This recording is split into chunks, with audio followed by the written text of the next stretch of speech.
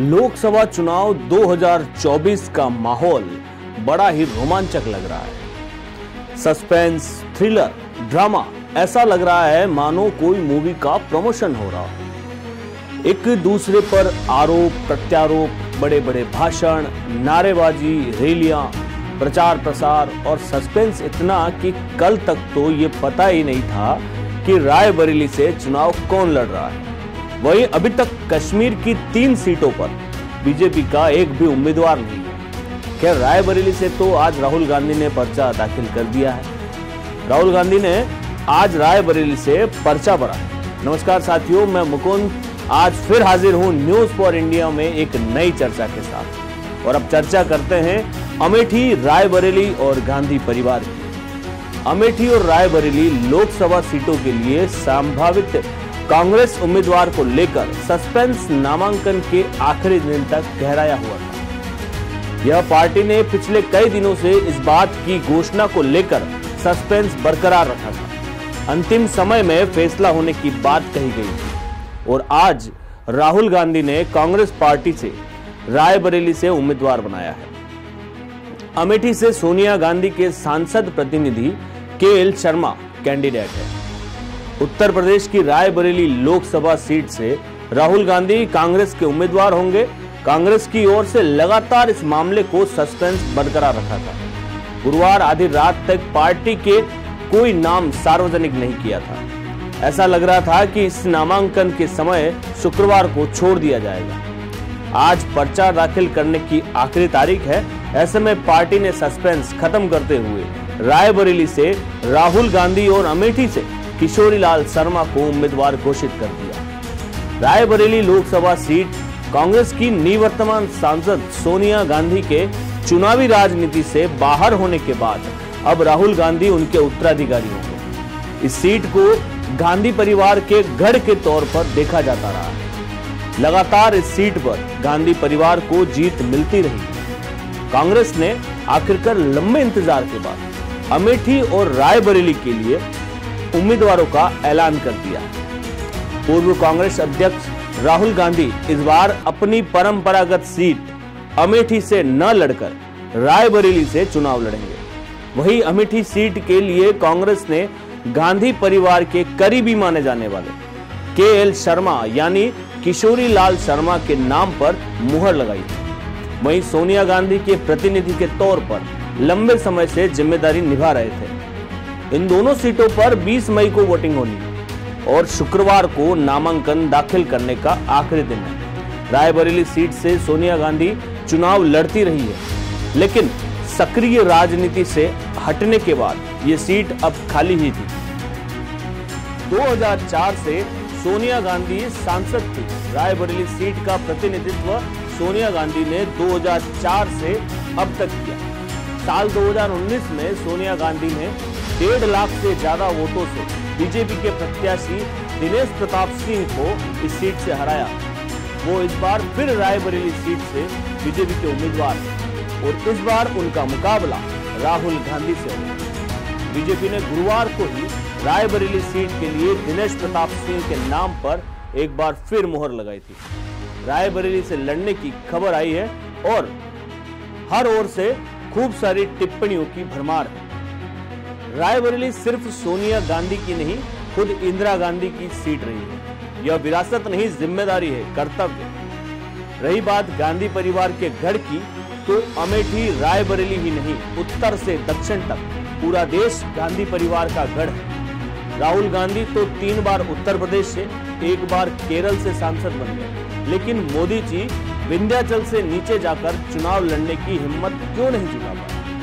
एक बात और साफ है कि कांग्रेस परिवार लाखों कार्यकर्ताओं की अपेक्षाओं, उनकी आकांक्षाओं का परिवार है। कांग्रेस का एक साधारण कार्यकर्ता भी बड़े से बड़ों पर भारी है।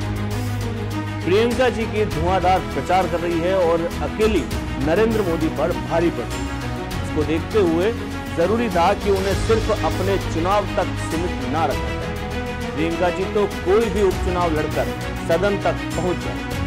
आज स्मृति ईरानी की सिर्फ यही पहचान है कि वो राहुल गांधी के खिलाफ अमेठी से चुनाव लड़ती रही। अब स्मृति ईरानी की वो शोहरत भी छिन गई। राहुल गांधी आज रायबरेली से पर्चा भर दिया है। सोनिया गांधी, मल्लिकार्जुन खड़गे समेत कई नेता मौजूद रहे। राजनीति में इन सीटों को गांधी नेहरू परिवार का गढ़ के रूप में देखा जाता है। हालांकि इस बार कांग्रेस ने अमेठी संसदीय सीट से गैर गांधी परिवार वाले व्यक्ति को अपना उम्मीदवार बनाया। कांग्रेस नेता राहुल गांधी उत्तर प्रदेश की रायबरेली सीट से चुनाव लड़ रहे हैं। अब सवाल यह है कि कांग्रेस का रायबरेली पर 26 साल से कब्जा है, तो क्या इस बार बीजेपी इतिहास बदल पाएगी?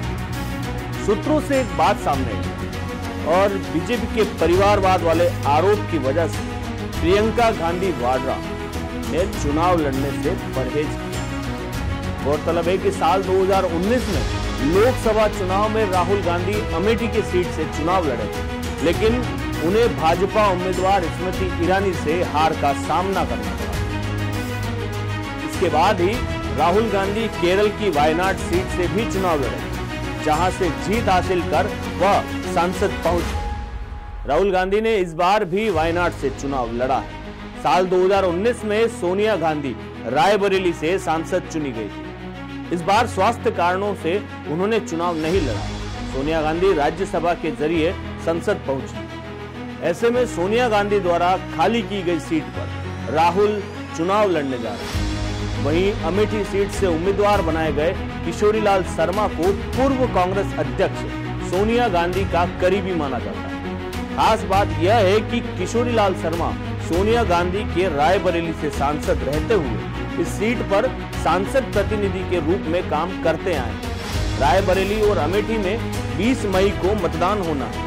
कांग्रेस का कहना है कि राहुल गांधी की रायबरेली और शर्मा के अमेठी सीट पर नामांकन के लिए सभी तैयारियां पूरी कर ली गई। वहीं भाजपा ने अमेठी से एक बार फिर स्मृति ईरानी को मैदान में उतारा। दूसरी ओर रायबरेली सीट से भाजपा के दिनेश प्रताप सिंह मैदान में। वह साल 2019 में भी यहां से चुनाव लड़ चुके हैं, लेकिन उन्हें सोनिया गांधी ने बड़े अंतर से हराया। राहुल गांधी जी की रायबरेली से चुनाव लड़ने की खबर पर बहुत सारे लोगों की बहुत सारी राय है, लेकिन वह राजनीति और शतरंज के मंजे हुए खिलाड़ी है और सोच समझकर दांव चलते हैं। ऐसा निर्णय पार्टी के नेतृत्व में बहुत विचार विमर्श करके बड़ी रणनीति के साथ लिया गया। इस निर्णय से बीजेपी, उनके समर्थक और चापलूस धराशायी। बेचारे स्वयंभू चाणक्य जो परंपरागत सीट की बात करते हैं, उनको समझ नहीं आ रहा है कि अब क्या करें। राहुल गांधी ने जब न्याय यात्रा के दौरान अमेठी में रैली की और संबोधित किया, तब उन्होंने बिल्कुल संयत भाव से अपनी बात रखी, जैसे कि किसी अपने को जिम्मेदारी सौंपकर किनारे खड़े हो गए। आखिर में वही हुआ, राहुल गांधी अमेठी से नहीं लड़े। तो इसमें नुकसान किसका? किसी का। राहुल गांधी और गांधी परिवार ने 10 साल में जो झेला है, उसका मुकाबला कोई नहीं, कोई नेता नहीं कर सकता।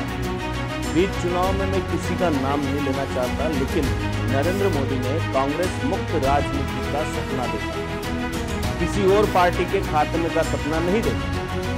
राहुल गांधी और गांधी परिवार की राजनीति समझ किसी भी पत्रकार के मुकाबले करोड़ों गुना ज्यादा है। अगर उन्हें राजनीतिक समझ नहीं होती तो 10 साल में बदले की भावना वाली सियासत, जांच एजेंसियां, संवैधानिक संस्थाओं और अंधभक्त जनता का मुकाबला नहीं कर पाते। अगर आप खुली आंखों से अमेठी और रायबरेली का दौरा करेंगे तो आप पाएंगे कि वहां के लोकसभा संसदीय क्षेत्र के मुकाबले कहीं ज्यादा विकास हुआ। अमेठी का सिर्फ स्वर्ण ही नहीं, दलित पिछड़े भी गांधी परिवार की आत्मीयता को याद करते हैं। रायबरेली में तो केंद्रीय संस्थाओं का जाल बिछा है। कदम कदम पर आपको सब कुछ मिलेगा जो आप चाहेंगे, लेकिन 2014 के बाद सियासत बदल गई। आज मोदी सत्ता जनता के दिमाग से खेल रही है। राहुल गांधी सिर्फ अमेठी को जीतने की लड़ाई नहीं लड़ रहे, वह राजनीतिक और सामाजिक बदलाव की लंबी लड़ाई लड़ रहे हैं, और जिन्हें इसकी समझ नहीं है वे जल्दी में। राहुल गांधी हाल के दिनों में कई स्वतंत्र पत्रकारों और यूट्यूबरों से मिले थे। आप उन पर भी नजर रखिए और देखिए वे कैसे कांग्रेस आला कमान के फैसले को देख रहे हैं। अमेठी की जनता से जब आप 2019 के चुनाव पर ठहर कर बात करेंगे तो वे कहेंगे कि 2019 में राहुल गांधी को हराया गया था और प्रशासन ने हराया। आप ये सोचिए कि वह कौन आदमी होगा जिसने 2019 के चुनाव में राहुल गांधी को कहा था कि सिर्फ अमेठी से ही नहीं किसी और सीट से भी चुनाव लड़े। कौन रहा होगा? वह गांधी परिवार के भरोसे का आदमी जिसने सियासी माहौल को सूंघ लिया और राहुल गांधी को दूसरी सीट से चुनाव लड़ने की सलाह दी। 2019 में राष्ट्रवाद पैर में पड़ा था। अमेठी एकमात्र लोकसभा सीट है जहां की जनता को पश्चाताप है कि उनसे गलती हो गई। ये अमेठी के लोगों को बड़प्पन है, ये अपने नेता के प्रति ईमानदारी है। इससे भी ये पता चलता है कि राहुल गांधी और गांधी परिवार ने अमेठी और रायबरेली के साथ किस तरह का रिश्ता जोड़ा। राहुल गांधी 2004 से गालियों और तानों का सामना कर रहे हैं, बदले की राजनीति को झेल रहे हैं और उन्हें पता है कि हर रोज खबरें देखकर अपनी राय बदलने वाले टिप्पणीकारों के भरोसे राजनीति नहीं होती। गांधी परिवार ने एकदम सही फैसला लिया है। ये चुनाव संविधान और लोकतंत्र बचाने का चुनाव है, अमेठी और रायबरेली बचाने का चुनाव नहीं। चुनाव आयोग को आजाद कराने का चुनाव है।